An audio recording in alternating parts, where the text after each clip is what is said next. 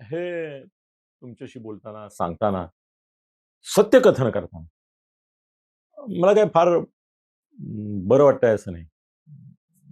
खरं म्हणजे वाईटच वाटतंय.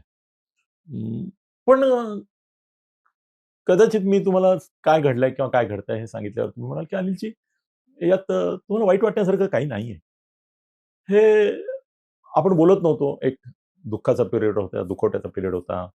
अ, सुनेत्रा देवींनी नुकतंच सूत्र एका विशिष्ट परिस्थितीच्या दबावात हातात घेतलेली होती आणि त्यावेळेला या प्रकारच्या शंका उपस्थित करणं देखील औचित्याला धरून झालं नसतं. परंपरेला, संकेतांना धरून झालं नसतं. म्हणून आम्ही बोललो नाही. आमच्या मनामध्ये आला होता हा विचार आणि तो तुम्ही जे बोलत होता काही वेळेला, की नाही सुनेत्रा देवी घेतील ताबा. सुनेत्रा देवी पक्षावर पकड निर्माण करतील, प्रशासनावर पकड निर्माण करतील आणि काही काळजीचं कारण नाही. अजितदादांची उणीव आणि पोकळी तर कोणीच कुठेच कशीच भरून काढू शकत नाही. पण शेवटी अ, ठीक आहे ना, तुम्हाला त्या उंचीचा माणूस नाही मिळाला तरी कुणीतरी रिप्लेसमेंट तर बघावी लागते. असं ताश्कंदला मृत्यू झाला आणि तो अपमृत्यू होता. त्यामुळे ॲक्चुअली ताश्कंद करार हा भारताला अत्यंत गैरसोयीचा किंवा आत्मघातकी होता. सगळ्यांना माहिती आहे. तुम्ही ताश्कंद फाईल्स बघा ना.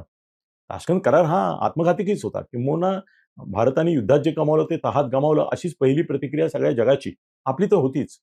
योगायोगाने शास्त्री गेले आणि त्यामुळे ताश्कंद करारामधल्या या उणिवांच्यावर कोणी बोललंच नाही, की शास्त्रींनी चुकीचा निर्णय घेतला, चुकीचा करार केला आणि पाकिस्तानला भूमी पण परत केली. किंबहुना त्याच्यामध्ये आपण जे जिंकलं ते सगळं हारलो आणि हाही एक मुद्दा आहे. आता ताश्कंद फाईल पाहिल्या तर त्यांना मारलं गेलं, असंच तुम्हाला वाटेल. तर त्याच्याबद्दल आपण नको बोलूया. पण शास्त्रींना भारतात जाऊन तोंड काय दाखवायचं लोकांना, हा ताश्कंद करार आपण असा केला. हा प्रश्न पडला होता, ही फॅक्ट त्यावेळेलाही आली होती. पण शेवटी कसं आहे, की तुमच्या इंदिरा गांधींच्या मृत्यूनंतर शास्त्रींना करण्याशिवाय सॉरी नेहरूंच्या I am very, very sorry. नेहरूंच्या मृत्यूनंतर शास्त्रींना करण्याशिवाय गत्यान नव्हतं. मग ते छोटे आहेत तर छोटी मूर्ती लहान, महान, कीर्तिमान आपल्याकडे म्हणी सगळ्या प्रकारचे असतात. उंच असेल तर त्याला वेगळी हे असते, की जसा उंच तसा महान. तसंही म्हणण्यासारखं आहे. तर ते पण शास्त्रीजी हे त्या ह्याच्यात अपयशी ठरले होते. जय जवान जय किसानमध्ये देखील प्रॉब्लेम होते. पण ठीक आहे, ही वॉज रिप्लेस्ड. आता कसं झालं, की आता कुणाला करणार? 2 गोष्टी होत्या. एक तर पब्लिक सेंटिमेंट ते दादांबरोबर जे होतं, ते काही प्रफुल्ल पटेल बरोबर जोडू शकत नाही. तो दलाल आहे. उघड आहे ना, तो व्यापारी माणूस आहे. तो ते अदानी आणि अंबानीच्या मध्ये बसून जे करत होता ना, त्यांच्याशी गप्पा मारत होता. तेच त्याचं मानसिकता आहे. तीच त्याचं स्थान आहे. त्याच्याकरताच तो प्रसिद्ध आहे. तो दलाल आहे दिल्लीतला. मोठे जे दलाल आहेत दिल्लीमध्ये, ते दिल्लीतले दलाल या विषयावर आपण करूया काहीतरी. बोलूया कधीतरी. त्यांची नावं घेऊन बोलूया आपण. तर हा मोठा दलाल आहे आणि तो सर्वपक्षीय दलाल आहे. तो सर्वपक्षीय. तर तो दुसरा एक अहमद पटेल म्हणून होता काँग्रेस, आता वारला तो. पण तोही दलालच होता. हाही दलालच आहे. दलालावर विश्वास ठेवू शकत नव्हते. तटकरे मर्यादित माणूस आहे. तटकरे रायगडच्या राजकारणामध्ये जिल्हा परिषदेचा अध्यक्ष वगैरे म्हणून शोभणारा माणूस आहे. तो काय असा महाराष्ट्राचा अध्यक्ष म्हणून वगैरे पण त्याची काही गरिमा, करिश्मा काहीतरी महाराष्ट्रामध्ये दादांच्या मदतीला असा खांद्याला खांदा भिडून वगैरे असलेला कोणीतरी सरदार त्यांचा, अशी इमेज नव्हती. साधं स्वतःच्या आधी ते तत्कालीचे मंत्रिपद आणि पालकमंत्रीपद याच्यात गुंतलेला माणूस. त्यामुळे त्यालाही करतात. भुजबळांचे प्रॉब्लेम आहेत. त्यांची बॅकग्राऊंड सगळी डागाळलेली आहे. प्रकृती ठीक नाहीये. म्हणजे असं कोणी नव्हतंही.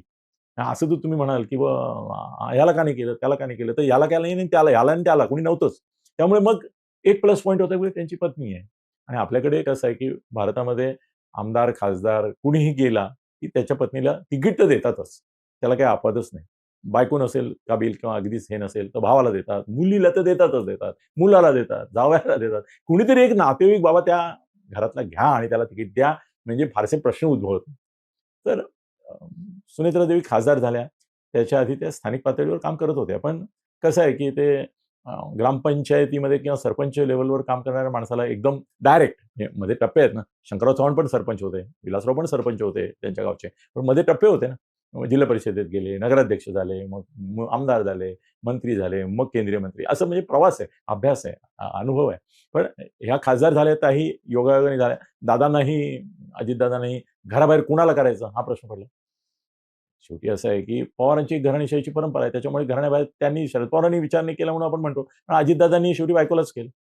तर ठीक आहे. त्यानिमित्ताने त्यांचा राष्ट्रीय परिचय झाला. एक माहिती झाली लोकांना.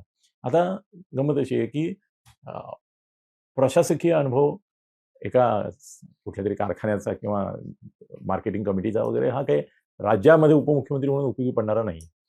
आणि त्या एक ना ती माऊली, त्यांना मी काही दोष देत नाही. ती माऊली आहे आणि ती अजितदादांची सावली होती. याच्या पलीकडे त्यांना स्थान आपण एक आदर म्हणून देऊया. पण कर्तृत्व ज्याला म्हणतात, नेतृत्व, विशेषतः कर्तृत्वापेक्षा नेतृत्व, तसं कुठे सिद्ध नाही झालं आणि कुठे कसाला पण लागलं नाही. गावातल्याच 15,000 बायकांचे संसार सांभाळणं याच्यामध्ये काही कसाला लागत नाही. त्यांना नोकरीची गरज होती. त्यांच्याकडे अपॉर्च्युनिटी द्यायला अवेलेबल होतं. त्यांनी ते मॉडर्नीकरण केलं वगैरे, ठीक आहे. शी वॉज नॉट ए प्रशासक ॲज सच. ॲक्ट जे लागतं ते नव्हतं. राजकीयदृष्ट्या सुद्धा कसं आहे, की अजितदादाच सगळं करत होते. त्यांना काय करायला लागत होतं? काही नव्हतं. आता गंमत अशी आहे, की त्या काल राष्ट्रीय अध्यक्ष झाल्या. पण इंदिरा गांधींनी सूत्र हातात घेणं, इव्हन सोनिया पण आधी वाटलं नव्हतं, पण नंतर त्यांनी पण हे केले. पण त्याही कसं आहे, की राजीव गांधीच्या काळामध्ये त्या तिथे ॲक्टिव्ह होत्या त्या ह्याच्यामध्ये. राहुल तर लहानपणापासून, प्रियांका हे पाहतच आलेले होते. पण त्या घराण्याशी, गांधी घराण्याशी तुलना तुम्ही यांची करू शकत नाही. आता सुप्रिया बघा ना, कुठे शरद पवार, कुठे शरद पवार, कुठे शरद पवार आणि कुठे सुप्रिया. सुप्रियाचं क्वालिफिकेशन काय आहे आजही? ऑनेस्टली, पप्पांची लाडकी मुलगी याच्या पलीकडे सुप्रियाचं काय स्थान आहे मला सांगा? मान आहे तिला, सन्मान आहे, पद आहे, प्रतिष्ठा आहे. पण हे सगळं परावर्तित आहे. सूर्यकिरणांनी चंद्र प्रकाशित होतो तसं केवळ बाबा तिथे म्हणून मुलीचं चाललंय सगळं. स्वतःचं काही नाही. आता इथे असं आहे, की राजकीय आणि प्रशासकीय दृष्ट्या आव्हानाचा काळ आहे. फडणवीसांनी संपूर्ण पश्चिम महाराष्ट्र काबीज करण्यासाठी चंद्रकांत दादा पाटीलांना शक्ती द्यायचा निर्णय घेतलेला आहे. त्यामुळे राजकीयदृष्ट्या संपूर्ण अजितदादांची राष्ट्रवादी पश्चिम महाराष्ट्रातून संपूर्ण तिथे भाजप पसरवणं हे त्यांचं काम आहे. एकनाथ शिंदे पश्चिम महाराष्ट्रामध्ये घुसल्याच जमा आहेत. तेही अजितदादांची पोकळी पश्चिम महाराष्ट्रात राजकीयदृष्ट्या भरून काढणार. यांच्याकडे सुनेत्रा देवींकडे ते आबकारी बिबकारी आता दोन्ही फालतू खाती आहेत. त्या खात्यामध्ये काही दम नाही, त्यात काही कर्तृत्व पण नाही. महसूलसारखं खातं मिळालं असतं, कलेक्टर वगैरे हे आले असते, थोडा कस लागला असता, ते पण नाही. तर मला एकूणच असं वाटतं, की जय आणि पार्थ सुद्धा असे काही फार, जय तर ऍक्च्युली पॉलिटिक्समध्ये नाहीच आहे. तो बिझनेसमॅन आहे तो. त्याचं कॉर्पोरेट हे आहे. पार्थ आहे, पण पार्थ अजून मॅच्युअर नाही. शरद पवार तर त्याला कवडी मोलात घेत नाही, पण एकूणही त्याचं असं पक्षावर पकडील असं नाही. त्यामुळे मला डावाडौल दिसत आहे. डावाडौल दिसत आहे. सुनेत्रा देवींची पुण्याई म्हणजे दादांची जी पुण्याई तेवढीच आहे.